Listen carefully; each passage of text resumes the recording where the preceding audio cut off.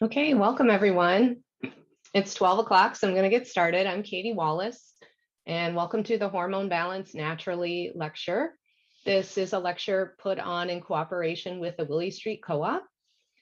And if you haven't been to one of my free lectures there in person or been to a webinar, I do offer a program every month. So if you want to reach out to me and get on my e-newsletter, you'll get an announcement about the programs. You can also read the monthly Willie Street Co-op Reader and it'll have an announcement. One of the things I do for the co-op besides these free monthly lectures are $40 45-minute private sessions. And I do those at both the West and the East Side Willie Street Co-op locations. And I do have some openings still open for December. So if you want a little bit more one-on-one support, feel free to email me or call me in order to schedule for one of those slots. So we're going to move on to our program for today. The priorities for healthy hormones really come down to 4 basic physiological focuses in the body. So 4 things to do with keeping your body healthy that translate to healthy hormones. So a lot of people may think that they aren't making enough hormone and that's why they have a hormone problem, or they need to take a medication to raise a hormone level. And certainly there are some people who fall into that category, but the vast majority of people actually are making plenty of hormones. It's other parts of their chemistry that are getting in the way of balancing their hormones. So that's what this talk is about. So those 4 main focuses that can really help a lot with hormone balance naturally without using any kind of intervention are healthy blood sugar control, essential fatty acids, so getting enough good fats, essential liver detoxification, or what's called biotransformation, just means the ability to clear out your body and detox your body as well as unwanted hormones, and then having a healthy gut. So I'm going to go over those 4 pieces. And then at the end, I'll talk a little bit about hormone testing and some of the common patterns that I see, and going a little bit beyond these 4 priorities to talk about natural supplements that can help people balance hormones without pharmaceuticals. So here we go. Like I said, most people actually have proper hormone production, but they have an imbalance because one or more of these 4 priority areas that I went over. So let's talk about the first one. The first one is a need for blood sugar balance. And so blood sugar balance eventually really affects our hormones, whether or not you're a man or a woman. There are several steps here. I'm not going to go into all of them because I talk about them in my other programs, which you can view on my website. I record the majority of these lectures and make them available. So you could go back and look at the healthy fats lecture in order to understand this particular slide a little better if you want.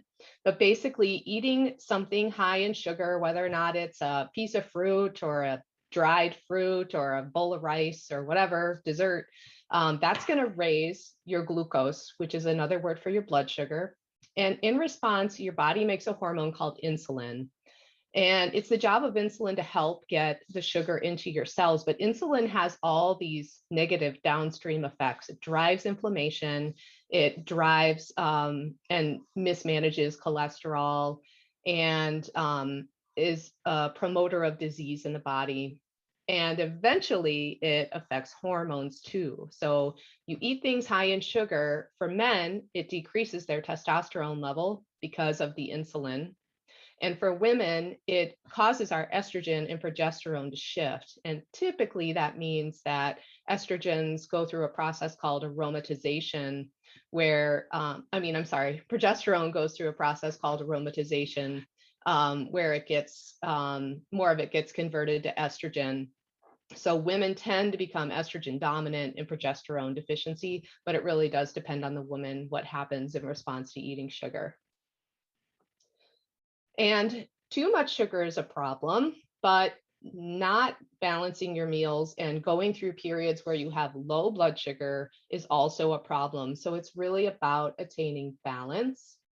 So somebody who skips meals or waits too long to eat or just has poor eating habits where they have blood sugar lows and highs. They might be the person gets really hangry, or falls asleep after a meal, hangry before the meal, sleepy, brain fog after the meal. Sometimes people swing between them both. Some people kind of exist always in a jittery, hangry state, or they're always just sleepy and lethargic because their blood sugar is too high. So none of these things are good. When we have these blood sugar swings, it leads to increased cortisol production. Cortisol is the stress hormone that our adrenal glands make. Adrenal glands are the little glands on our kidneys, and they make all of our stress hormones, and they also are a secondary reproductive site for reproductive hormones. And so when our blood sugar is out of balance, we make more cortisol, because the job of cortisol is to get sugar into the bloodstream so we can respond to stress. So if you're always kind of under eating, or just have really poor habits around not eating adequate protein for you, or not just having good ritual around eating consistently, then you can make a lot of cortisol, which will lead to anxiety, increased belly fat, depress the immune system, cause a lot of problems with sleeping. Furthermore, if you have blood sugar swings, we take that extra sugar and we make something called triglycerides. That's when you have the effect where you want to fall down, take a nap on the couch after a meal. That's when it takes a lot of energy to take that extra carbohydrate that you ate and store it as fat or triglycerides. And that can lead to weight problems and fatty liver in the long term. So it's very important to just have a balanced approach, not too low, not too high. For men, hormone problems directly stem from this issue with either high or low, or sometimes swinging blood sugar. So men will get hormonal symptoms of having problems with their sleep, being very irritable, low energy, moody, or have memory problems. And this is happening because when they raise their blood sugar, they get an insulin surge, and that upregulates this enzyme in our fat cells called aromatase, which converts the testosterone that they've got to estrogen. And so then they've got an abnormal testosterone to estrogen ratio. Men need some estrogen, but too much estrogen is not at all good. It makes them very irritable. It can cause problems with the brain, all those things I just listed. Once those hormones are out of balance, they actually make more insulin. And so for men, it can really be this vicious cycle of having blood sugar problems that create a hormone problem, that create a blood sugar problem, that perpetuate this hormonal cycle. And so that's how men can have testosterone issues, even though originally they're actually making plenty of testosterone. Furthermore, there's another component to this vicious cycle, which is when they've got that abnormal, hormone imbalance, they release something called pro-inflammatory cytokines. So if you've come to my lectures before, I talk about this a lot because it's just a fancy word for how the immune system releases aggravating chemicals, and these perpetuate chronic inflammation in the body. So when you've got chronic inflammation from a hormonal imbalance, that perpetuates more insulin production, believe it or not, which perpetuates the hormone imbalance. So it can just be this big mess. I see somebody put something in the chat here, and I'll take a quick look. I forgot to say, if you do have questions, please write them in the chat, and I'll come back and answer them at the end. So it's kind of a big mess of hormonal imbalance with blood sugar imbalance with inflammation, and women are very similar. So for men, basically eating too much sugar in the diet results in a loss of testosterone, which is not beneficial. And the way to help men some men do need testosterone medication, but the vast majority of them do not. They just need to work on blood sugar control, and they need anti-inflammatories, because if they've already got this hormonal balance happening, then they've got this vicious cycle, and you need some anti-inflammatories like turmeric and resveratrol. I'll show you a picture of those in a minute, but those are really good at calming the inflammation so that we can stop the life of its own that it's got with perpetuating the hormonal imbalance. For women, we can look back at blood sugar and kind of see a very similar pattern. So women, when we have blood sugar issues, it can translate to hormonal issues. It can look like irritability, sleep problems, problems with menstrual flooding, really, really heavy periods, sometimes that just go on and seem that there's no natural way to resolve them. Going back to hormonal balance and back to the blood sugar is actually working at the root cause of menstrual flooding. And I have an article on my website that talks about this and also talks about herbs that can be used to arrest the menstrual flooding naturally while you're working on the background hormonal piece. Hot flashes, night sweats, low energy, cravings, all of these are common signs of a woman suffering from blood sugar imbalances and their effects on hormones too. So the female hormones we're typically talking about are progesterone and estrogen, and this relates to fertility as well as our experience with our menstrual cycles or perimenopausal or menopausal issues. Progesterone is typically the female hormone that's too low, and is most negatively affected by sugar, or it's more like progesterone goes down and estrogen goes up, and then we can have a lot of estrogen dominant issues. That's the most common pattern. I'm not saying that's true for everybody, which is why it's helpful to test. And we'll talk a little bit more about testing at the end. So it's really important to look at what you eat if you want to control your blood sugar. There certainly are some techniques like intermittent fasting, and that can work really well with men and with some women. But I have found the majority of women, and I think the research points to this too, that a fair number of women don't respond favorably to intermittent fasting. We could talk a little bit more about that at the end if people are curious. But a lot of people kind of follow this pictorial demonstration of the diet I have here, where they're having a stimulant in the morning, which is going to cause a blood sugar roller coaster. So coffee will cause blood sugar swings. Then they're eating a lunch, maybe like this bagel sandwich thing that is full of allergens that also perpetuate a lot of cravings and insulin surges. And then by the end of the day, they're just so undernourished that they've got to have emergency food like an ice cream cone in order to try to find some way to support the body, because the body's having so many blood sugar swings, it just needs that emergency sugar.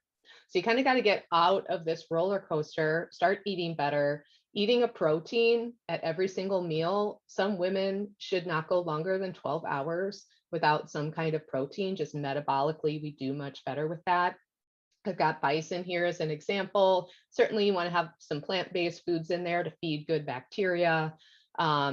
This is a picture of salmon. Seafood is also another wonderful food for stabilizing the blood sugar and providing a lot of the key nutrients that are needed for blood sugar control. Vitamin D and zinc, vitamin A, these are all really critical for blood sugar control. So a lot of times when people are deficient in these nutrients, they're tending to have this blood sugar issues, even though the diet's maybe pretty good and they're not. They don't have a big sweet tooth or something. So there is a relationship between the nutrient content and just a person's nutrient levels overall and how their blood sugar behaves too. So here's some tips on how to get blood sugar control. You need to eat 3 meals a day. You need to really have, I'm sure some of you already do, but have, meals. You're going to eat breakfast on time. You're going to eat lunch. You're going to eat dinner. And those are generally going to happen at a time your body can predict. But especially the morning meals can be really important for someone struggling with blood sugar control. It's a good idea when you're breaking your fast for breakfast that you not have a carbohydrate. because that's going to cause a big blood sugar swing after you've been in a fasting state with higher cortisol right away. So I usually counsel people to focus more on proteins and fats in the mornings. And then if they do eat carbohydrates, to eat those at the later meals when their body has already broken a fast. But every single meal should have adequate protein. And the best proteins are going to be animal proteins. A lot of the vegetarian proteins are very allergenic and cause a lot of inflammation. And that's going to trigger this issue with hormones. So eating a lot of soy-based or like hummus, a lot of big legumes, those are actually more inflammatory and not very helpful. But things like grass-fed beef, wild fish or seafood are going to be much more beneficial proteins for someone metabolically. You want to eat fat with every meal too. We're going to talk more about fats in a minute. And avoid some of the common allergens because these are really hard to digest. And sometimes people are having trouble digesting them and they kind of set up an unhealthy craving cycle because the body's getting malnourished. It just wants this food that you keep trying to feed it, but it's not really digesting it well. So the top 6 allergens to avoid would be things containing gluten, sugar, dairy. This one I'd say sometimes is negotiable, but for some people, dairy really does not work for them, and they do much better when they're not on any kind of dairy. Corn is a lot like gluten. Most of the grains act like gluten. Soy, which is actually contributes a lot of unhealthy estrogens and is very difficult to digest, as well as peanut. Here's the anti-inflammatories I mentioned. Sometimes when there's blood sugar swings happening, there's just kind of this inflammation in the body that's got a life of its own. And that can show up in a lot of different ways. It could be a cerebral, like a lot of mental symptoms like depression, anxiety, or it could be joint pain. Inflammation can show up just in so many ways, but I like turmeric and turmeric supplements and resveratrol, which is pictured on the right, usually derived from Japanese knotweed, but there are some different sources, and omega-3s as an essential fatty acid. Either taking those as a supplement, or what's actually even better is to eat the fish and the seafood before it's been processed into a supplement, and eat enough of it to get the omega-3s that are optimal. So that's a good segue, I guess, into talking about number 2. So we talked about the first thing, which was blood sugar control. So to do that, you just kind of need to move some pieces in your diet and better serve blood sugar control by being better organized and focusing on proteins. The second thing is just getting enough fat. And you would think, being in such a I don't know. I guess I think of us as being very fortunate being Americans and living in the upper Midwest. Our quality of life is very high for most of us compared to a lot of others. But I guess there's a lot of unhealthy foods out there that kind of look healthy, and carbohydrates kind of dominate the diet for a lot of people. And I was born in the 70s and grew up in the 80s during the low fat phase. And I think the psychology of that, even though people still know that fats are good, you still hear a lot of high fat, low fat propaganda. And most people that I work with one-on-one, when I first meet them, are simply not getting enough essential fatty acids. And the same is certainly true for women. So essential fatty acids are really important for hormone signaling. A lot of people have adequate hormone levels, but because they're not getting the right fats or getting enough fat, they don't have good hormonal signaling. So it's like the hormones aren't getting into the cells where they need to get the message.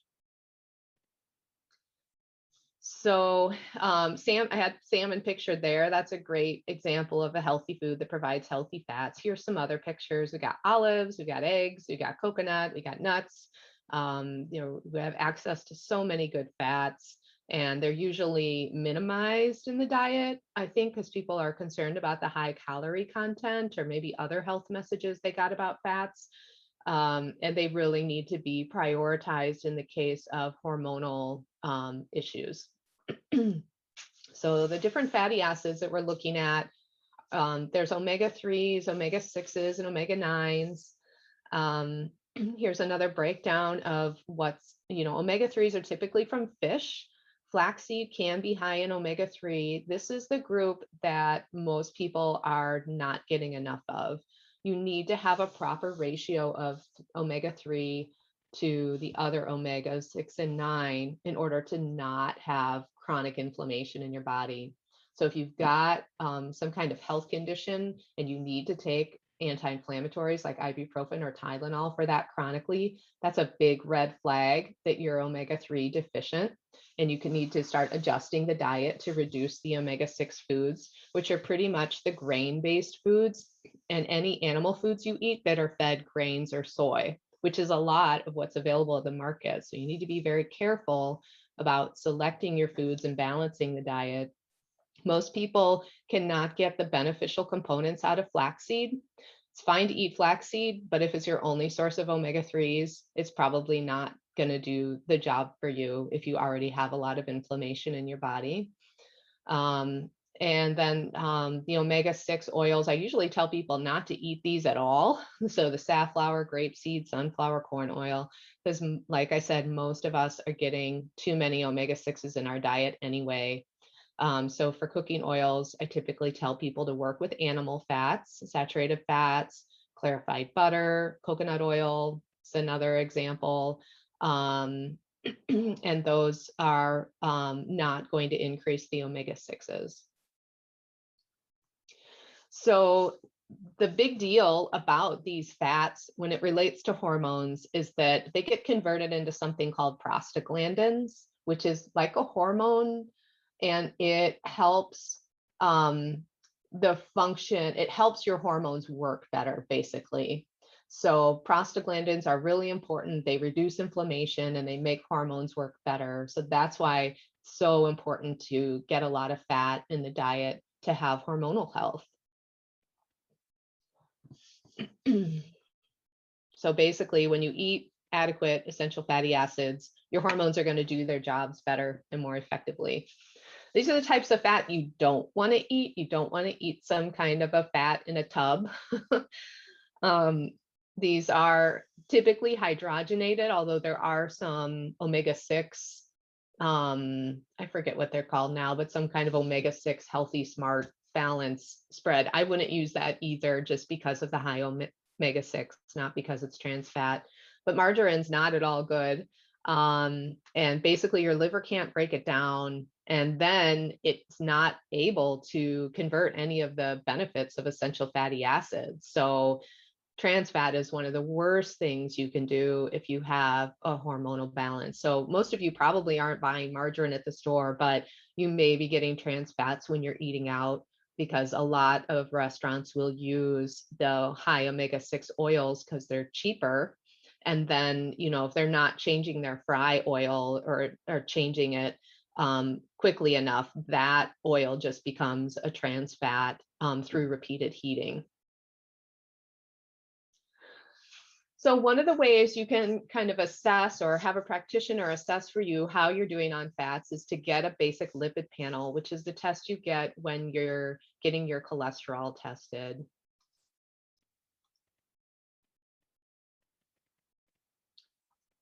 I have this pulled up here because I sometimes see that someone's not eating enough fat when I'm looking at their total cholesterol. So this person had a total cholesterol level of 156, which I would think is a little borderline. I want to see cholesterol at least at 150. A total of 220 is more ideal for optimal nutrition status and having a good reserve of cholesterol. Cholesterol is the basis of all hormones. So if you're 156 or 150, you just barely have enough cholesterol to make the hormones that you need. And a lot of people I see are actually below this. Some people are medicated to keep their cholesterol low, and they're down at 120. So they definitely don't have a good reserve. And I'm not saying that in all cases cholesterol medication is bad or anything. Some people do need that, but if they're taking it to the extent where they're below 150, then that's could potentially harm their ability to make testosterone, progesterone, estrogen, all of these things that we need cholesterol for. One of the common signs of cholesterol deficiency is fatigue after exercise. It can also affect your brain and your memory if you don't have enough cholesterol. The other thing I'm looking at here is the glucose, the fasting glucose, which sometimes comes in a comprehensive metabolic panel, or sometimes people's physicians are checking their glucose. 83 is a pretty good number. If I see a number in the 90s, especially up above 95, I'm beginning to worry about blood sugar control and that person heading towards prediabetes. I know they're starting to lose metabolic control over their glucose levels in most cases. On the other hand, if I see a fasting glucose down in the 70s, I know the person's not eating enough fat and they're not able to maintain an optimal level of fasting glucose. So those are a couple ways you can kind of check in and see how you're doing. This is another pattern I commonly see where the triglycerides are really high. So remember, when you eat too many carbohydrates, your body stores the excess carbohydrates as triglycerides, like it's storing them for energy for later. The problem is in our culture, we always have a refrigerator. There's never typically a fasting state where we're going to use those triglycerides. So a person just gets more and more triglycerides, and that can develop into weight problems and fatty liver. And predispose them to heart problems, et cetera. So we want to typically see triglyceride levels below 100. And when you begin to cut back on carbohydrates in your diet, that will happen naturally. I've never had a client cut carbohydrates appropriately and not have their triglyceride level respond beautifully. So it's very, very easy to get that level to come down once you make the appropriate changes in the diet. And it shouldn't seem like a struggle either. I think a lot of people struggle with giving up sugar. And if you have the right techniques, it's not a struggle. So if you feel like that's your story, gosh, you're saying this is so easy, but it's not. You just need someone to give you the guidance and get it dialed in to do it correctly. You need to nourish your body, and then eating sugar is not an issue. So the next item number 3, is about having a healthy liver. And this is because the liver basically clears all our hormones. So a lot of people have hormonal problems like the excess estrogen, both for men and for women. Being estrogen dominant creates a lot of issues. And supporting the liver helps a lot with that, just with for example, with women with our monthly cycle, when it's time to detox the extra estrogens we're making, if you've got a healthy liver, they're going to get moved out of the bloodstream, move out through a bowel movement. So having that healthy digestive system as well as a healthy liver is really important. There are some chemicals that we're exposed to that are endocrine disruptors, meaning they basically disrupt your physiology with your hormones. So if you're drinking things out of a plastic cup, or you got that Starbucks cup with the plastic lid, it's leaching estrogens down there. Any of the receipt paper in a lot of places is full of chemical estrogens, not to mention packaging of our food. So our body has to detox all of these things, and you should take steps to reduce your exposure to plastics and other chemicals. But to a certain extent, unless you can't live in a bubble. And so just supporting your liver health will go a long way towards hormonal balance if chemical exposure to these different things is a big problem. So to help the liver, there are a number of ways to do this. And in fact, I'm just finishing my group workshop called the Body Tune-Up, where we basically are working on liver detoxification for 6 weeks. And that's a process that I work with people on with one-on-one too, not just the annual workshop in the fall. But there's a number of foods that promote liver health. Adequate proteins, like I mentioned, beneficial proteins are really important. Cruciferous vegetables include some of the special enzymes that help the liver. Anything bitter or sour, I've got dandelion root pictured here, or the dandelion leaves pictured here. Both are good for detoxification. I've got Epsom salts pictured here as well. Those are a type of magnesium sulfate salt, magnesium sulfate salt, which is one way you can take a bath and get sulfur, but you can also get sulfur for the liver, which helps with detoxification through onions and garlic. or there's a great supplement called N-acetylcysteine that really helps drive glutathione production and is beneficial for the liver. Furthermore, probiotics, because they're helping the gut work together with the liver, are really helpful in this detoxification. I have a whole nother webinar on food-based cleansing that you can watch on my website if you're interested in learning more about this. And then number 4, healthy gut supports the liver because it receives the bile from the liver gallbladder and then moves out the waste in bowel movement. So that's how a lot of toxins are excreted. A healthy gut also helps with just tolerance and absorption of supplements or even medications that work for hormone balance. So working on the gut is typically always beneficial. And I have this slide here because it talks about how when a woman is going through menopause, her estrogen levels are naturally dropping. Progesterone levels are naturally dropping too. And usually progesterone levels are dropping faster than estrogen levels. And most perimenopausal women are estrogen dominant, even though their estrogen levels are dropping. And this is just showing that there's a lot of research that it's demonstrated when your hormone levels drop, it perpetuates chronic inflammation. So it's kind of like men. And I was saying, once you have that hormonal imbalance as a man, it perpetuates more inflammation. Well, the same thing happens for women too. Once your hormones are out of balance, and particularly when they're dropping in menopausal state, that perpetuates inflammation. So a lot of times we have a need to look at inflammation. If you just try to give hormones or do something direct to raise your hormones, it's not going to take care of all the symptoms because there's this chronic cycle of inflammation that's already got a life of its own. So it's really important to look specifically at the gut health because that's where the root cause of a lot of inflammation for people is.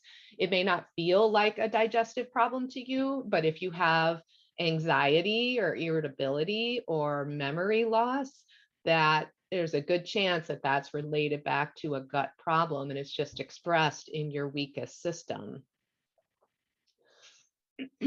So this is what I just said. Estrogen therapy, for example, doesn't necessarily reverse inflammation. Sure, it can restore estrogens, but there's usually something else triggering inflammation that's a part of this soup of inflammation that's happening as estrogen is dropping. And that's where we talk about leaky gut. And I have a whole nother webinar about leaky gut. So if you're still hungry for more knowledge about that after hearing this talk, you can go watch it. This is a visual of leaky gut. And what we're looking at is a cross section of the gut lining, which is only one cell layer thick. And the gut cells are held together by things called tight junctions. And in leaky gut, they get pulled apart. And so you no longer have a good filtering or screening out process in your gut. Then things that are in your digestive system get down into this bottom layer under the lining where most of our immune system is resting. The majority of lymphocytes that we have in our body, they're a type of white blood cell, are in this layer right under the gut lining. And so, you're probably eating healthy things like peas and broccoli or who knows, but that is getting directly into the bloodstream rather than getting filtered out for nutrients. And the immune system starts targeting all sorts of things that you're getting exposed to in your digestive system. So then you have the pro-inflammatory cytokine chemicals produced by your immune system that are just creating this inflammatory storm of their own.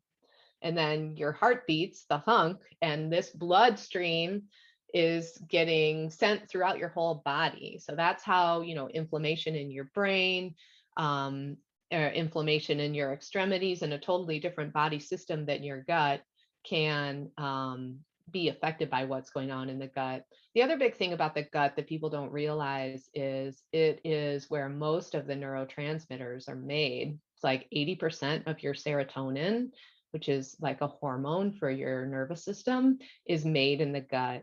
And so if you've got some aggravation in your gut. Leaky gut's really common for some people, just happens with aging. We know that Roundup and glyphosate in the food source is another trigger. Different medications trigger, different bugs, parasites we might get exposed to trigger this. So it's very easy to develop leaky gut. And then it can have all these different effects for other body systems. So some things that help restore leaky gut. I really like this supplement Ion Biome. There's also a supplement called L-glutamine that can really help the gut cells to communicate and the bacteria in the gut lining to communicate better, to have a better function in the gut lining. Probiotics are typically beneficial. Vitamin D is very critical. If you're vitamin D deficient, then you're setting yourself up for a lot of problems, including leaky gut. And glutathione is also really important. It's an antioxidant that's made in the liver, but it helps keep the gut lining healthy. And it depends on having a healthy diet. And you can also short term take a supplement to help boost glutathione levels. It's also really important to eat a healthy diet to reduce the inflammation in the gut. So generally speaking, a leaky gut diet emphasizes meat and fish and helpful plant foods, fruits and vegetables, lots of good fats. Maybe if you're doing carbohydrates, root vegetables or other things like that. So to summarize, there are 4 key areas that I encourage people to look at before they're even thinking about, trying to monkey with their hormones some other way. You've got to have healthy blood sugar control. I cannot stress this enough, how many women I have worked with one-on-one who just needed to change their diet in order to have hormone balance. And it's very successful in a short period of time too. Getting plenty of essential fatty acids, of course, that's got to be the base of a good diet to balance your blood sugar. Having enough liver support to let go of the hormones when we don't need them, and having a healthy gut, which is sometimes another little project in and of itself for someone. So I want to transition now and just finish by talking a little bit more about some of the common patterns I see when we do hormone testing, because some women do have all those 4 things dialed in. I mean, they're always a work in progress. You can always work a little bit harder on some of those things, but a lot of women will have all those pieces dialed in. They're eating right. They're eating a high fat diet and doing things to support detoxification and gut health. But some of us naturally, we're just, in a stage of our life. I'm talking about myself here, in a stage of our life where, I'm raising kids, I'm a business owner, I'm in my mid 40s, my progesterone and my estrogen levels are dropping. It's just a natural thing that's going to happen to most women in this situation. So what can we do to support somebody so she can kind of keep, having the quality of life she would like to have and doing all the things she'd like to do, and giving her some hormone support. I like to use diagnostics testing. There certainly are a lot of other hormone testing out there. The Dutch test is a really good one, but probably twice as expensive as the diagnostics saliva testing. So I tend to use that. Some women use blood testing, and that can be helpful too. It's not quite as sensitive, so you're not necessarily going to see if you're getting contaminated by chemical estrogens or other hormones in your environment, but it can, I work with that too. So the most common pattern I see for women, whether or not they're trying to become pregnant or they're perimenopausal or menopausal, is they have more estrogen than they do progesterone. And this will show up as all these different symptoms that I've listed here. I'm sure there's other symptoms too, but these are the most common, anxiety, problems staying asleep, potentially problems with the menstrual cycle, night sweats, things like that. And there's 3 main areas that need to be supported for somebody who needs help with progesterone. Stress relief is a big one because typically what is happening, you know how earlier I was saying that cholesterol is the base for all the hormones? Well, a woman under stress, if she's under stress for a prolonged period of time, or it's just more than her body can handle, she's going to use her cholesterol reserves to respond to stress instead of to make reproductive hormones. So you'll use the cortisol to make a precursor, pregnenolone and DHEA, and then those get converted into progesterone and estrogen and testosterone. And so what we see happen is all of her resources, all of that cholesterol gets put into, maybe a stress response, a cortisol and a DHEA, and then she doesn't have as much left over for progesterone. So number one is just, what can you do to reduce stress? And that's sometimes a tall order. I get that.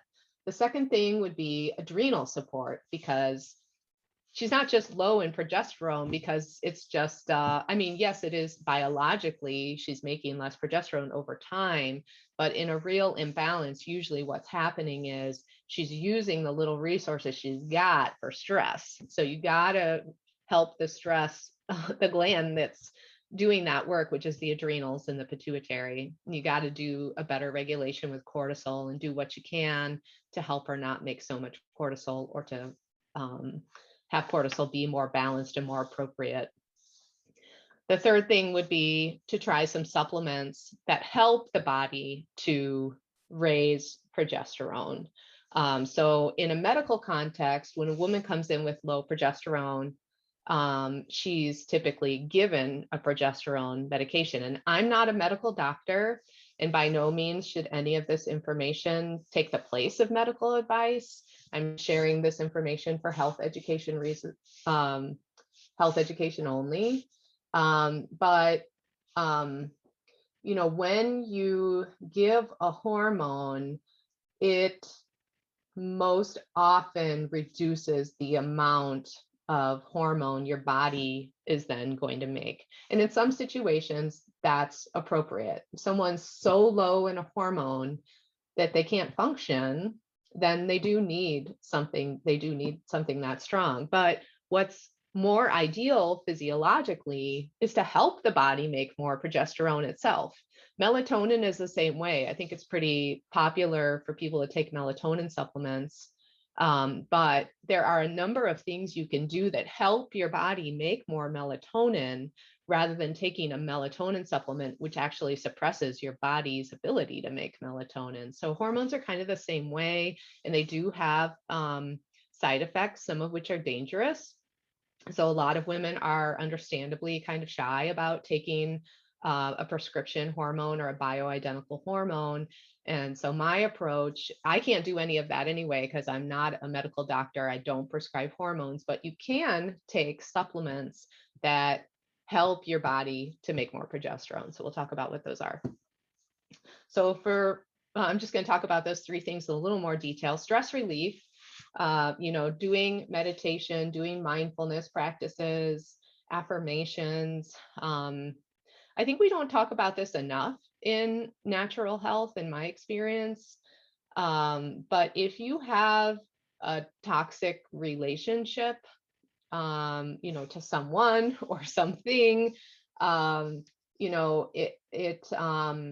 it's very difficult to be well. And so I can't stress enough, how that outlook, your mental outlook, and managing your life so that you can really have a positive, grateful mental outlook is really, really critical to getting healthy again. You could have all the supplements and a perfect diet, but if there's some kind of chronic stress, it's just going to wear the body down. It's going to be really difficult to overcome. I'm smiling because my dog is barking. I don't know if you can hear it. My husband got me this amazing microphone, so maybe it's canceling out the dog. You'll have to tell me. It's really important to get adequate sleep so the body can recover from stress. And just to have time in your schedule where things are not scheduled is really helpful for adrenal recovery. So adrenal support. So there's something called adaptogenic herbs. And those can be really helpful for supporting the adrenals. Those would be things like tulsi, holy basil, ashwagandha, eleuthero, which I have listed here, is one of my favorites for this type of setup where we've got excess estrogen and a little bit progesterone, because a lot of women will experience anxiety. And it's one of my favorite adrenal herbs that really helps with anxiety and feeling overwhelmed. I really like glandular supplements too, as well as zinc, B vitamins, including B5 pantothenic acid, vitamin C, phosphatidylserine. So I have a whole nother lecture that talks about adrenal support. It's kind of hard to sum it up in one slide, but I wanted to at least give you some ideas of things that can help with progesterone via the adrenals. Red light therapy is another really helpful piece for hormones, because when we are exposed to a lot of artificial blue light, it basically requires a cortisol response. And so that can drain our reserves for progesterone. So a lot of people will wear blue blocker glasses or put a screen filter on their screen to help reduce blue light. It's also really helpful to use a beneficial red light. I have one, it's like a $10 near infrared bulb, and that helps suppress cortisol, boost melatonin, and can help a lot with recovering the reserves to make progesterone. So there's many different ways to help the adrenals.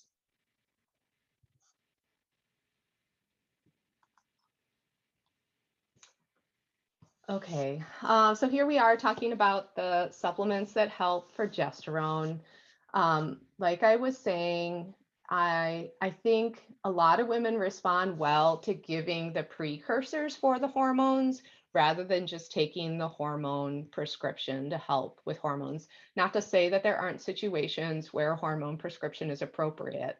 There definitely are. But for a lot of people, the hormones are too strong, or women just prefer not to take a hormone prescription. And so pregnenolone is one of the precursors needed for progesterone. It's a precursor for estrogen too. So it's important to be kind of savvy and get the dosing right. With most people, I work with a liquid pregnenolone, and that's purchased over the counter. And you play with the dosing to get the response in progesterone production that you're looking for. So it's kind of like, rather than giving the body progesterone, you're giving it a precursor so it can decide to make progesterone. And in that way, you can avoid a lot of the problems from taking a hormone prescription. However, using these things, you should be working with a practitioner or somebody who's very knowledgeable about them, because they do have different potential effects on the body, and it's just important to be very careful. Chaste extract is another wonderful support for progesterone. It supports the pituitary gland and the adrenals in the production of progesterone. So that's a great herbal support for a lot of women. It typically comes in a higher dose in capsules, just like the pregnenolone. And I find a lot of women are too sensitive for that and do better with a liquid tincture. So I like the Herbalist and Alchemist liquid chaste extract tincture. Vitamin E is also really beneficial for boosting progesterone production. There have been a number of scientific studies that show that taking vitamin E daily helps raise progesterone just on its own. The other problem is that sometimes there's too much estrogen. So when you're working with hormones, it can sometimes be working with moving targets, and we all know that hormones change. And so you gotta just be kind of adaptive. For a lot of women, if you just raise progesterone, you won't necessarily need to do something to reduce estrogen. But for some women, you may need an extra step to reduce estrogen too. And so it's good to do things stepwise, one at a time, and kind of assess how things are going, and then make another change and reassess how things are going. But basically, things that help the liver with detoxification, like there's a number of good herbal liver supports. I like Orthomolecular's Phytocore. Standard Process has some good ones too. I mean, there's just a lot of really great herbal liver supports out there that can be taken regularly to help with detoxing excess estrogen. I really like DIM as a supplement too, and it's an extract from broccoli and broccoli type plants that helps bind and move out the extra estrogen in a bowel movement. So if somebody's really suffering from a lot of the estrogen dominant symptoms or during the estrogen dominant window of her cycle, that can be helpful. Men can take these supplements too if they have excess estrogen and they've already taken some steps to work on blood sugar control and inflammation and they're still struggling. Um, and the other things I talked about, you know, now how they relate to estrogen health. So controlling the blood sugar, having a high fat, low carb diet really helps with estrogen excess. And that, I think we covered all the points there. Another pattern that's really common is for women, too much testosterone. Interestingly enough, some of the same remedies that work for women work for men too. But for women, sometimes we metabolize estrogens or testosterones into AND and DHT, and they can lead to hair loss or male pattern balding, acne, or moodiness. And so those are some key symptoms where you might be suspecting that there's an issue with testosterone. Most testosterone issues are driven by blood sugar swings. So it's really important to dial in the diet. If you've got, you know, a lot of acne and you've got hair loss that seems like it's related to testosterone. And this should all be verified with a hormone test. I typically wouldn't suggest just trying different supplements. So saw palmetto is really good. It's a really great supplement for men as well, especially for the prostate. But it's a good supplement for women when there's too much testosterone, as well as the turmeric and resveratrol for anti-inflammatories and the liver support. So just a reminder, if you are going to experiment with taking different supplements for your hormones, you need to go slowly and you need to do one thing at a time, right? So if I'm going to work on progesterone and estrogen, I'm just going to do progesterone first. And I'm going to do that based on a hormone test. And then I'm going to recheck my hormones in 3 months and reassess what needs to change next. And, you know, you might do that a couple more iterations before things are in balance. So that's all I've got for you today. I think there are some comments in the chat and I'll take a look at those. Just wanted to remind you, if you want to work one-on-one with me, I do of course offer visits through Human Nature, my business. I'm on the west side of Madison. I'm doing most of my visits still virtually or on the phone, but I do meet in person. And we have the $40 co-op sessions as well. So would love to hear from you if you're interested in that. I'm gonna look at the chat here. I'm just laughing because somebody said the dog is loud and clear. Oh, well, sorry. Okay, there was a question. What is my thought on fastening with blood sugar? I think maybe Heather was asking fasting for blood sugar. So fasting or intermittent fasting, where you extend your window between dinner and breakfast, can be really amazing for people who are insulin resistant. The problem is if somebody also has a lot of adrenal stress, intermittent fasting is often not the best because their cortisol is dysregulated. And so they may have, they may create more hormonal imbalances by doing intermittent fasting too much. I mean, I think for a lot of people, intermittent fasting window, 14 hours is really healthy and really doable if you've got good blood sugar balance. But if you're somebody who's ever hangry, I probably, or you get jittery or get low blood sugar, I probably would work on the diet information I presented here first and then try intermittent fasting down the road. But some people don't have an issue with low blood sugar, and intermittent fasting can work really well for them. So kind of have to know yourself or work with somebody who can help you with that guidance. Smoothies for breakfast: fruit, almonds, spinach, chia seeds. I wouldn't suggest a smoothie at breakfast because That's a carbohydrate. All that fruit and the almond milk, the seeds, those are all high carbohydrate foods. So if you want to do some great smoothie, that's wonderful, but I'd probably move it to like an afternoon snack, and I would break your fast eating protein and fat. And you want to throw some vegetables in there to feed good bacteria, that's good too. Triglycerides less than 100. I have always heard 150 or less. Well, so the medical ranges in a lipid panel are not something I typically subscribe to. And triglycerides are a direct result of eating carbohydrates in the diet. And we know that carbohydrates lead to insulin production, which leads to a host of ills. And so I typically am looking for triglycerides less than 100. That's what's optimal. I'm not trying to say that you're medically unhealthy or anything if you're not below that number. But when I'm looking at blood work, I want people, if they can be, to be a 10 out of a 10. So I want to help coach you to have the best number you could have to have optimum physiology.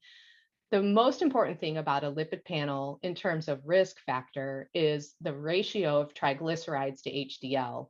And you want that number to be 1.5. This is based on studies done with researchers where they look at all the lipid panels and they look at people with advanced heart disease and they see which numbers really matter. So it's that triglyceride to HDL ratio should be less than 1.5.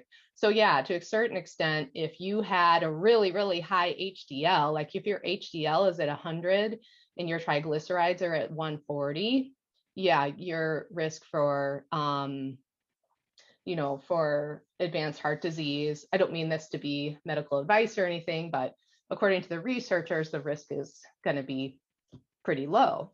On the other hand, though, I know if your triglycerides are above 100, probably eating too many carbohydrates, and that's probably creating a lot of other problems physiologically for the person. And they may just be minor problems, but I want to optimize things. And that's why I would say, the number would be better if it's lower. Don't want it to be too low, but below 100, I think is pretty reasonable. What do I recommend for omega-3s if a person has a seafood allergy? Well, sometimes when people have seafood allergies, they still can do 1 or 2 fish. So I guess my advice would be to find an omega-3 source that's made from or is eating the species that you can tolerate. If you can't tolerate that at all, well, obviously you can't eat something you're allergic to. And I would probably work with that person on their gut health to help improve their tolerance to things, because really the healthiest food you can eat is going to be fish and seafood. What is my take on adding collagen to the daily diet? Oh yeah, I love collagen. I like the Great Lakes collagen hydrolysate. So that's good. You just don't want to have more than 20 grams daily on a long-term basis. Short-term, it might be okay for healing an injury or something, but long-term, taking more than 20 grams daily is pretty stressful on the kidneys. Does black cohosh help with hormone balance?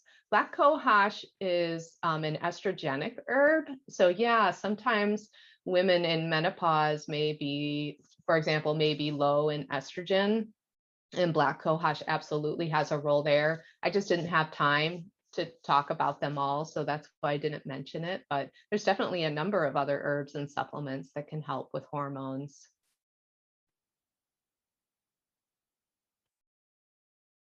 Can I share more about the saliva test? What does it look like versus the Dutch test?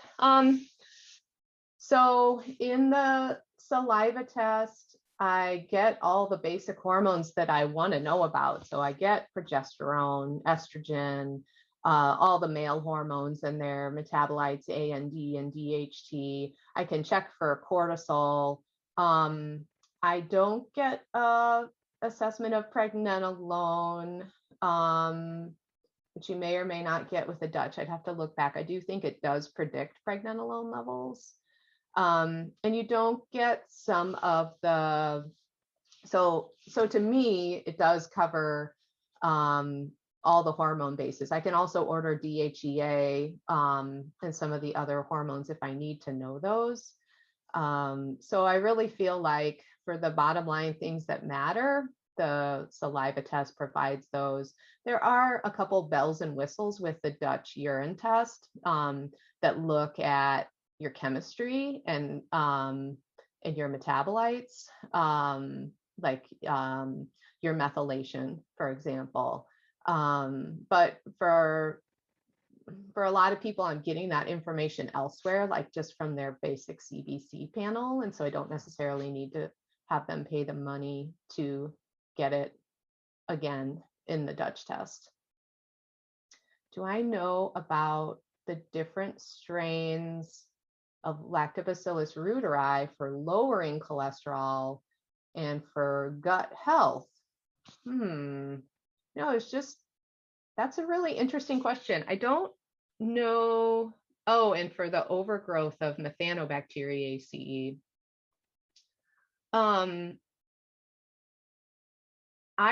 I'm not familiar with literature that talks about it for lowering cholesterol, but that is really fascinating. I have started carrying a specific formula. It's hard to get a good Lactobacillus reuteri. There's just a couple companies in the US that have a patent on it, and Life Extension is one of them. And I am aware of research that it helps crowd out H. pylori, which is something that commonly comes up when we're talking about gut health and inflammation. So it makes sense to me that that is all sometimes tied up in a mess with too much cholesterol, because of course you make cholesterol when there's too much inflammation in the body. And certainly Lactobacillus reuteri could help crowd out Methanobacteriaceae. People have issues with SIBO and things like that. But that's all I could say about that. That's interesting. Thanks for the question. I'll have to look that up, or feel free to reach out to me and share that study if you want. Am I knowledgeable about bone density and collagen?